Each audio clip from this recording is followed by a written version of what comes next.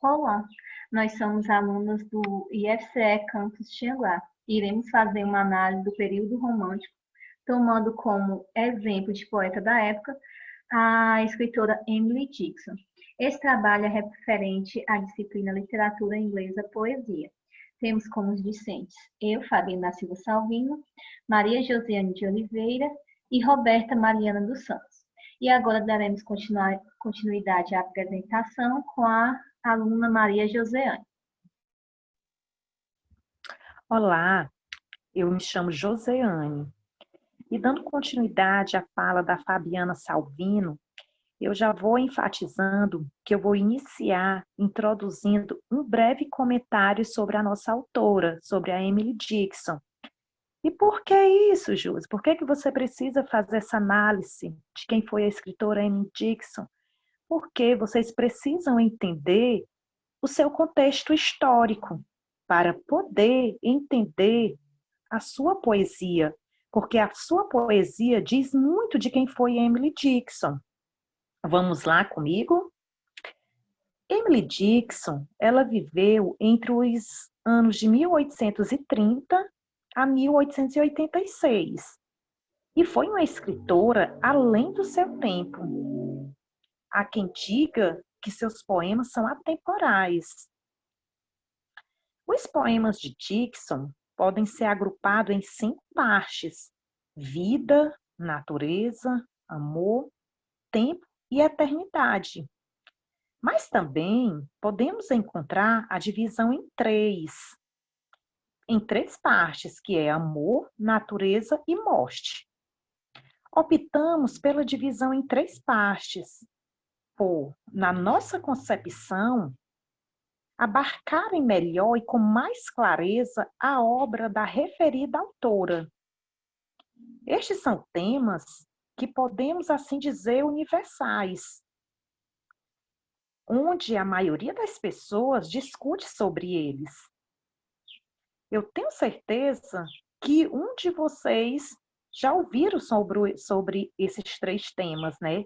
Quem não já se debruçou sobre o amor, sobre a natureza e sobre a morte, que é um mistério? Obviamente, a visão sobre o amor, a natureza e a morte nos poemas de Dickinson é extremamente oposta ao que temos costumes de ouvir, ou mesmo ao nosso modo de ver e viver a vida, e, consequentemente, de acreditarmos, principalmente pela última, a morte. Pois para alguns, a morte é o fim da existência, mas para outros é o começo de uma nova vida. Vejam quantas acepções temos sobre o mistério do que é a morte. Mas antes de nos determos no que é e no que representa a morte para Emily Dickinson, vamos conhecer um pouco dos seus anseios, de como ela colocou uma pitada de ironia e uma pitada de contenção também. Sua habilidade com as palavras revela uma vivacidade e uma engenhosidade no tratamento da complexidade psicológica do ser humano.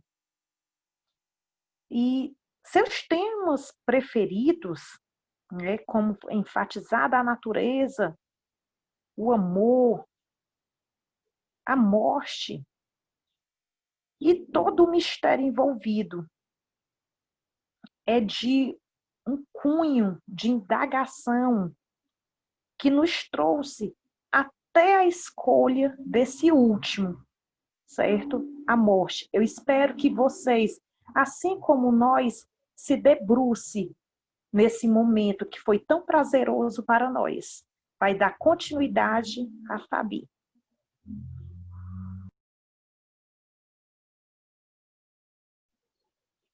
Então, no final do ano de 1830, quando o romantismo estava florescendo nas terras da Nova Inglaterra, nasceu ela, né, a Emily Dickinson, que é considerada uma escritora encantadora e instigante.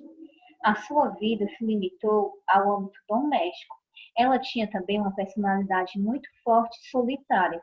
Ela era uma mulher extremamente inteligente e também possuía grande senso de humor, que no caso ela usou com essa qualidade dela para engrandecer os seus poemas. Dentre os temas abordados pela escritora, destacam-se os que já foram mencionados pela Josi: o amor, a natureza, as críticas sociais, a loucura versus a sanidade e o mistério versus a dor. Essa dor, no caso, ela usava para se referir ao lado obscuro da mente humana e os seus complexos, como a depressão, a solidão, as angústias. Mas, no entanto, o tema que aparecia com mais força na sua obra era justamente esse fascinante e misterioso fenômeno da morte, né, que era uma obsessão frequente da escritora por esse assunto. E lendo e analisando seus poemas, foi possível perceber que a visão que a escritora tem a respeito dessa passagem sugere uma atitude por vezes amena, né? Como uma experiência de libertação do corpo e da alma. Mais à frente vai ficar mais exemplificado essa ligação, digamos assim, que a Emily tinha com a morte. A visão dela, que é muitas vezes diferente da sociedade, né? A visão que ela tem da morte. E agora daremos continuidade com a Roberta. Dando continuidade no que a Fabi falou, né, percebemos que Dixon ela tem um estilo literário muito marcante, né? E Dixon ela propiciou o surgimento de novos moldes para a literatura, pronunciando os primeiros traços do modernismo na literatura norte-americana, né, que veio a se manifestar e consolidar somente nos séculos posteriores. Pelo que se tem registro de suas leituras, né, foram The Bible, a Bíblia, e a obra de Shakespeare, os hymns, né, os hinos protestantes, que foi algo muito marcante daquele período. E isso pode ser observado na obra da própria autora, né? Para a escritora, a leitura era sua fonte de alimento para a alma, como seria um instrumento para ela, né, de aprendizado e de viagem pelo mundo, mediação de seu contato com a realidade exterior, uma janela para a história através das folhas amareladas, né, do livro. Segundo uma pesquisadora chamada Marisa Aranha Camargo, o estilo de Emily Dixon, ele é simples, mas é apaixonante, é marcado pela economia marcado pela economia e concentração da linguagem, né? Ela projetou, né, dentro os seus poemas dentro da casa dela, né? O que não deixou de ter originalidade, as poesias que ela compôs, mesmo sendo algo tão simples, é uma poesia marcante e belíssima. Para dar continuidade, agora a Josiane.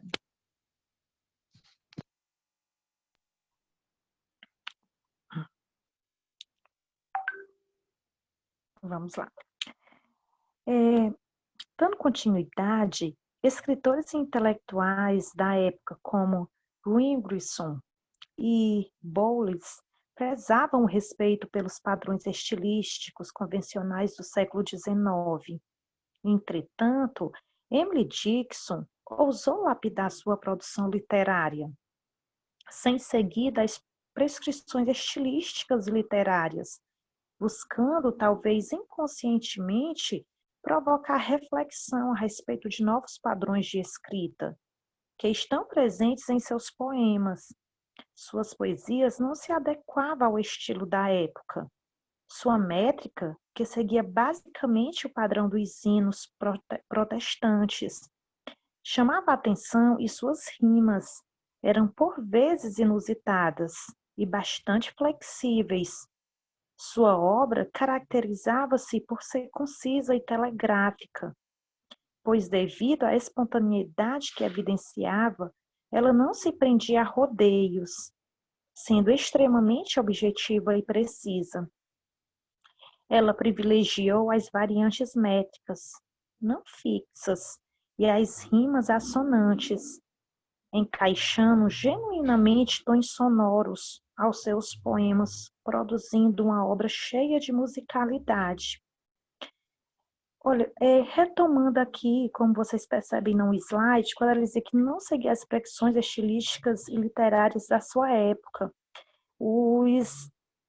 elas tinham novos padrões de escrita, tinham uma obra concisa e telegráfica. A métrica não era fixa e rimas assonantes. Porque a poesia dela, quando ela é comparada aos hinos protestantes, é porque é uma poesia, digamos assim, de cunho musical.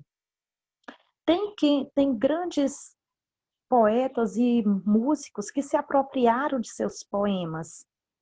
Por quê? Porque ele tem ele vai muito de encontro com os hinos. Ele são poemas que de cunho, digamos assim, musical mesmo, né? E por que essa comparação com o protestantismo? Emily Dickinson, ela passou por mais de 2 anos, em torno de 2 a 2 anos e pouco, vivendo, digamos, hoje para nós, como se fosse um convento de freira. Na época, era um local conhecido como só para mulheres, e lá ela teve um ensino religioso. Quando chegou o tempo dela confessar o, digamos assim, os seus conhecimentos religiosos, ela se negou, porque ela era contra alguns objetivos, algumas coisas da época dela, da época, digamos assim, digamos, da reforma protestante, né? É isso. Obrigada.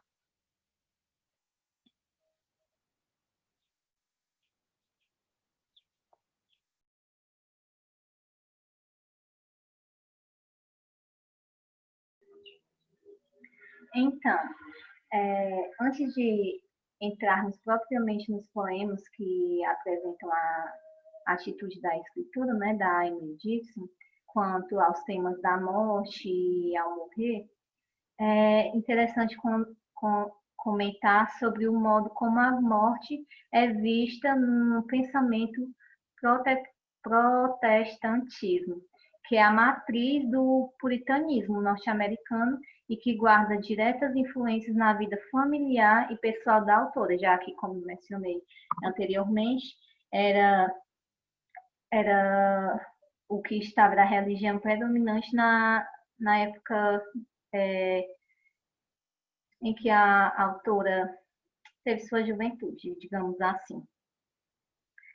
Então, a partir de então é que será possível ver ou não, né, a presença na obra poética da Dickinson traços desse pensamento religioso. Pois, ao desenvolver o tema da morte, a autora muitas vezes recorre a símbolos tradicionais do cristianismo, justamente por essa vivência que ela teve, como a Josi mencionou anteriormente. Então, ela tem bastante dessas imagens, são conhecidas na comunidade religiosa, essas imagens que a Dickinson apresenta nos seus poemas, como as narrativas convencionais. E ela recria isso dentro das suas intenções literárias e estéticas. Então, a gente vai se aprofundar, não digamos se aprofundar, abordar um pouquinho do tema para ficar melhor de entendermos.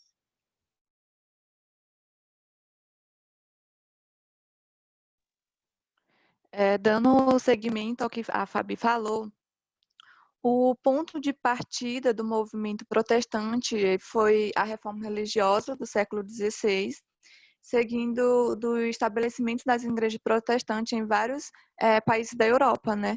Martinho Lutero e João Calvino, eles foram os principais líderes e pensadores dessa tradição protestante. Portanto, eles são o ponto de referência quanto ao pensamento protestante que, posteriormente, ele viria a se instalar nas colônias norte-americanas durante o século XVII. Há um desenvolvimento no tratamento do problema da morte através da Bíblia.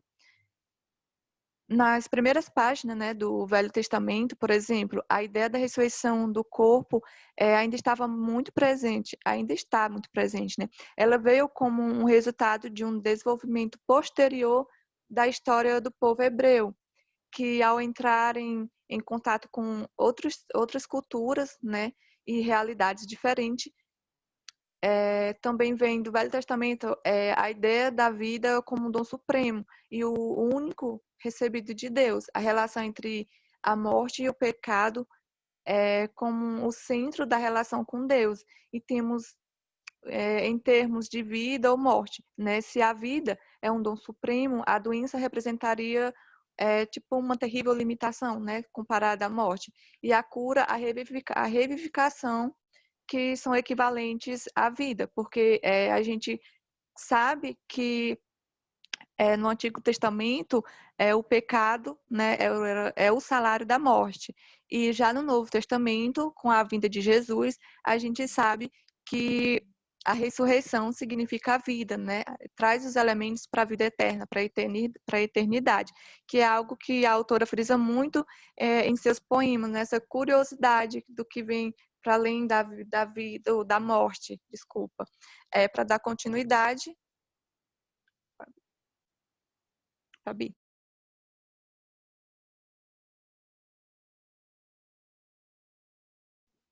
Então, ao se referir à morte, a Emily assume uma postura crítica e sucinta. Por vezes, ela interliga a presença da liberdade à intermediação da morte, devido justamente a essa experiência que herdou ao frequentar, pelo período de 1 ano, o seminário direcionado a mulheres, né, como a Josiane mencionou anteriormente, e por ter recebido essa educação voltada aos princípios puritanos. Ela apegou-se à leitura bíblica. Então, ao confortar-se e, ao mesmo tempo, confrontar-se diante dessa passagem, que é a morte, a escritora geralmente ela faz essas alusões a imagens e prescrições bíblicas e a trecho de hinos religiosos. Um trecho que exemplifica a relação entre morte versus liberdade está presente nesse poema a seguir, né, o poema 9, que a gente vai explicar mais na frente também os títulos, porque esses títulos dos poemas da Dixon geralmente vêm numerados, ou às vezes vem com o primeiro verso como tema. Então, esse poema fala justamente disso, né? Que o coração pede primeiro prazer e então escape da dor. Tem as pequenas espinhas que amortecem o sofrimento, justamente falando, retratando essa morte. Aí, como se vê no poema, a morte ela é apresentada em termos de adormecimento, sono, que é uma metáfora bíblica e, ao mesmo tempo, como uso de liberdade diante da imposição de um inquisidor. Uma noção que a gente percebe justamente nesse poema dela, né? Como no 7º verso, né? The will of the inquisitor, que fala justamente disso, nesse traço religioso. E já no 8º faz menção dessa liberdade, interagindo com a morte e enfatiza que uma está ligada à outra.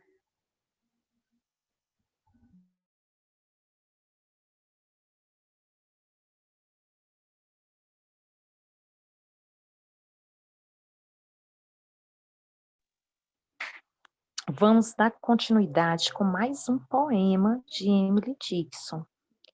Vamos lá, pessoal, venham comigo.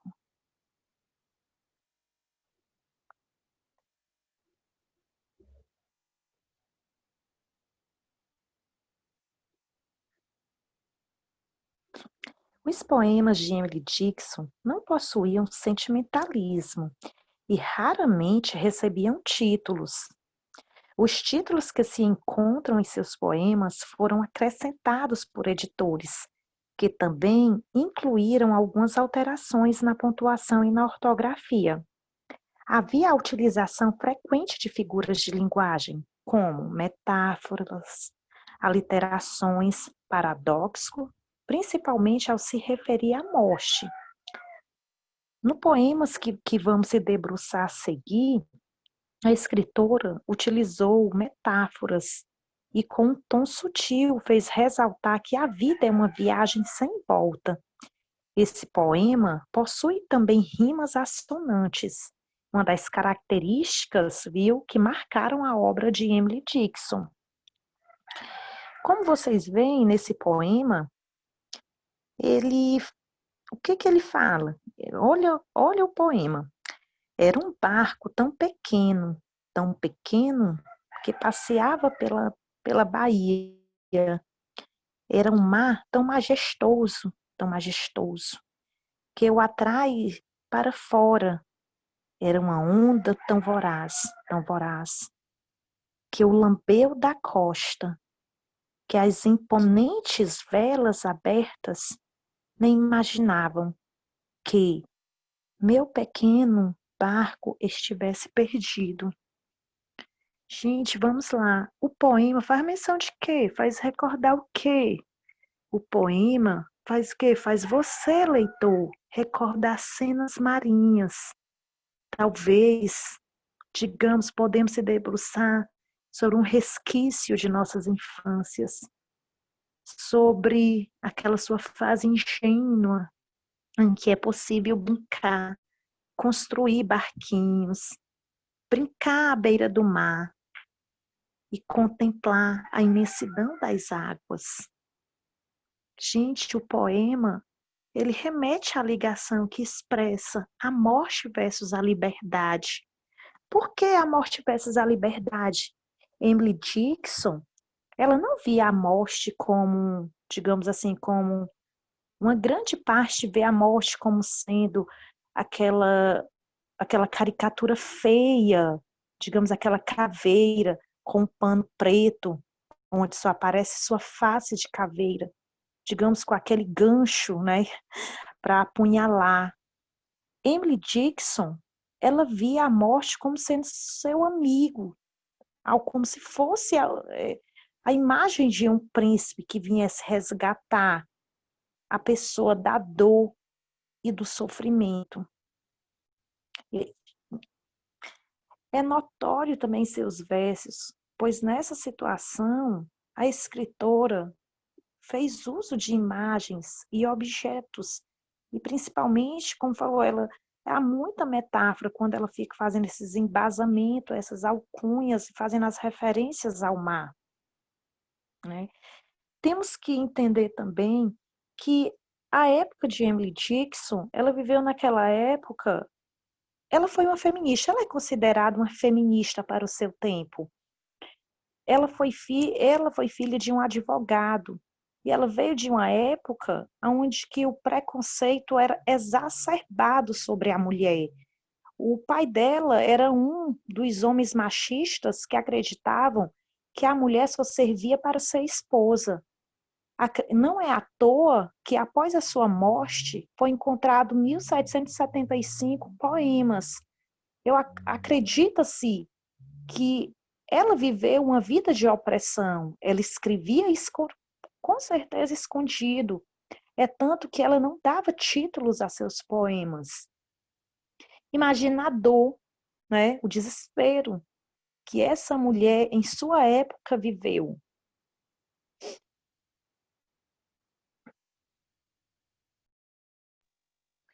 Dando continuidade, eu trouxe aqui esse poema para vocês, né? E esse poema que eu trouxe, ele vai apresentar um diálogo entre duas pessoas que acabaram de morrer. E nesse diálogo vocês vão encontrar características do ironismo, né? E surreal e irônico, algo irônico entre os dois personagens. E essas pessoas vão estar em um túmulo, né? Sobre um túmulo, conversando sobre as suas mortes, né? Sobre os seus destinos. E pouco a pouco essa conversação ela vai se envolvendo pelo musgo que cobre os seus restos mortais. Então eu vou ler para vocês, né? Vou traduzir, vou ser gentil e traduzir para vocês o que está escrito. Eu morri de beleza, isto é, desejei muito a beleza, mas mal me contive na tumba. Quando alguém que morreu pela verdade foi colocado numa sala ao lado. Ele perguntou gentilmente por que eu tinha morrido. pela beleza. Eu respondi. Eu pela verdade. Os dois são um só. Somos irmãos, ele disse. E então, como parentes que se encontram à noite, nós conversamos entre as salas, até que o limo atingiu os nossos lábios e eu cobriu nossos nomes. A gente pode perceber aqui, nesse poema de Emily, né, dois conceitos cultural do período ocidental, né, que é a beleza e a verdade, que são elementos, né, irônicos que Dixon ela coloca de forma belíssima, né, no poema dela. E que deixa, né, o poema ainda mais enriquecido, né? Ela procura sempre relatar ou trazer a morte como uma coisa positiva, não como algo negativo. É exatamente como a Josi havia comentado anteriormente, pelo fato dela viver nessa sociedade opressora, né? Por ela ser mulher e por ela ter que escrever seus poemas escondidos em casa. Então, é muito bonito ver como ela se expressa através dessas poesias, desses poemas, desculpa. Aqui, dou continuidade, finalmente para mim, confidencio a vocês, que esse poema eu achei muito belo e intrigante ao mesmo tempo. Olha a leveza, aqui vocês vão entender como ela trata a morte. Vamos lá, pessoal. Finalmente, como vou colocar, né, outro belíssimo poema de Emily Dixon. Nessas entrelinhas desse poema, ela caminha com uma pessoa muito bem apessoada, muito fina e educada. Vocês já imaginam quem é essa pessoa que ela fala aqui? Que é tão fina e educada que está ao lado dela? Quem será essa pessoa? Muito bem, vocês aprenderam até aqui a tarefinha. É a morte. Nossa, como ela se tornou amiga da morte. Olha como ela vê a morte. Em inglês, gente, a morte tem gênero masculino.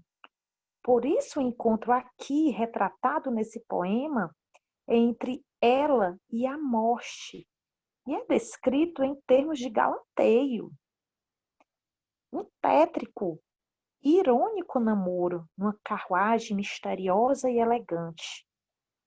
Olha aí, eis o poema aí para vocês se debruçarem.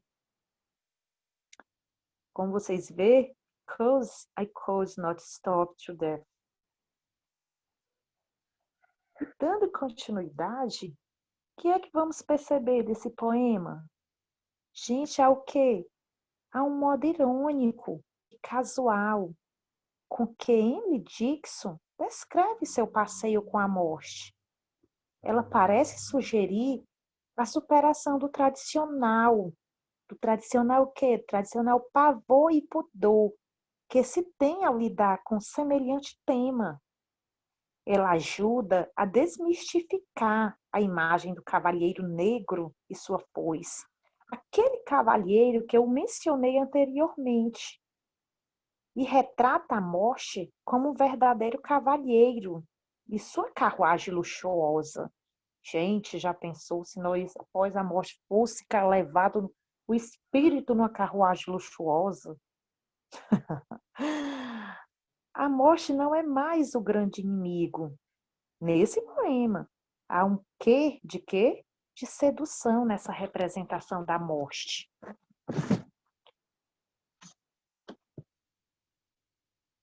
Espero que vocês tenham entendido esse poema e tenham sentido, assim, um ensejo de conhecer mais essa obra e esses poemas belíssimos dessa autora.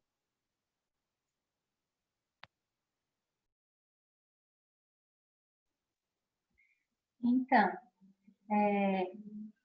podemos concluir que, ainda que revelando muita influência do protestantismo presente em seus poemas, na estrutura e no ritmo de seus versos, bem como nas imagens bíblicas e metáforas que constrói, a atitude de Emily Dickinson diante da morte é ligeiramente distinta, como já foi mencionado anteriormente, revelando uma postura nova, irônica, de reconhecimento da morte como um fenômeno importante, porém natural. Percebe-se quase um descaso diante da morte, uma irreverência radical em relação ao desconhecido. Em certos momentos, há até mesmo a sugestão de um namoro entre o indivíduo e a morte, como foi exemplificado num poema anterior, lido pela Josiane, que perde esse caráter assustador e desesperador e ganha um certo ar de familiaridade e naturalidade. A gente percebe justamente isso, que a morte ela vem apresentar-se justamente dessa maneira, né? Como um texto lido pela Josiane, no poema, que ela falou que a morte ela é vista na sociedade justamente como aquela caveira, aquele esqueleto com uma foice na mão, uma coisa assombrosa, que muitos têm medo, principalmente, né, geralmente é temida bastante pelos jovens, né, que querem curtir, aproveitar a vida. E já a Amy, desde a sua juventude, em seus poemas, a gente já percebe essa ligação dela pela morte como uma atração, uma coisa bela, né? Ela tinha a morte como uma amiga, como uma coisa natural que vai acontecer, uma coisa bonita. E é tanto que ela tem esse encantamento pela morte que sempre foi despertado nela saber o desejo, esse desejo em saber o que aconteceria depois da morte, né? O que acontece com o corpo, se realmente existe uma alma, se essa alma vai para onde. E, e isso, nos seus poemas, não é visto como uma coisa assustadora, como um medo. Ela tinha essa curiosidade, porém a morte é retratada como uma amiga, como uma, uma pessoa próxima, digamos assim. Amy, ela deixou para o século XX uma produção de valor significativo. Em vida, ela fez pouquíssimas e esparsas publicações de poemas avulsos de sua autoria. E, entretanto, como já foi dito em nossa apresentação, seus 1.775 poemas e demais cartas vibram em consonância com o que há de mais moderno na literatura norte-americana, justamente por ela vir abordando esses temas médicos de uma forma diferente. Dessa forma, seus versos retratam uma realidade além do seu século, principalmente se for levada em consideração a brilhante desenvoltura com que a escritora projetou com seu estilo peculiar de reflexões sobre os temas que permeiam a vida humana, bem como a maneira tão sutil e inusitada como retratou a morte. Em seus poemas, Dickinson oferece palavras que nem são de conforto nem de pavor, apenas de reflexão e ironia diante dessa experiência humana, inevitável e inexplicável, que a autora encara com a mais admirável e estranha naturalidade e liberdade. Esta última característica, marcante nos poemas, deixada em seus 56 anos de vida reclusa. Gente, vocês entenderam. Foi o que foi que ela deixou, digamos assim, emblemático para todos nós do século XX.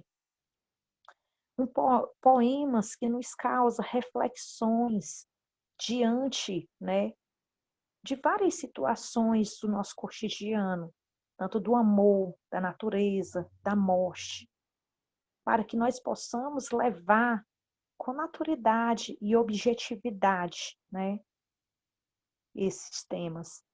Gente, espero que de alguma forma nós tenhamos contribuído, tá? E tenha plantado uma sementinha de curiosidade em cada um de vocês.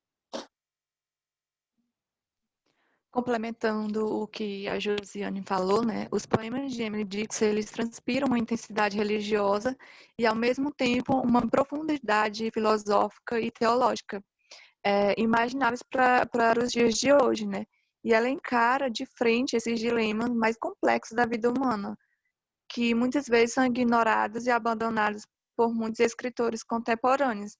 E para ela, a literatura, a leitura é demanda, né, um pacto eterno com a honestidade e a verdade. Tem uma frase dela, né, que, como vocês podem ver aí, que foi enviado, né, por Dixon para Elizabeth Holanda, né, em que ela fala sobre a verdade, né, que a verdade é tão antiga quanto Deus e sua identidade gêmea perdura enquanto elencou a eternidade, né? Ou seja, ela sempre buscava compreender como seria a vida após a morte e sempre buscava relacionar esse período pós-morte como uma coisa boa, uma coisa bela, uma coisa como algo, né? Desculpa, perdão, não uma coisa, como algo belo, né? Uma passagem importante do ser humano para a eternidade, né? E ela sempre enfatizava isso no poema dela, né? O início da criação humana com o fim, que na verdade para ela não é o fim, né? É apenas o começo de um novo período, né? De uma nova passagem, digamos assim, para a eternidade.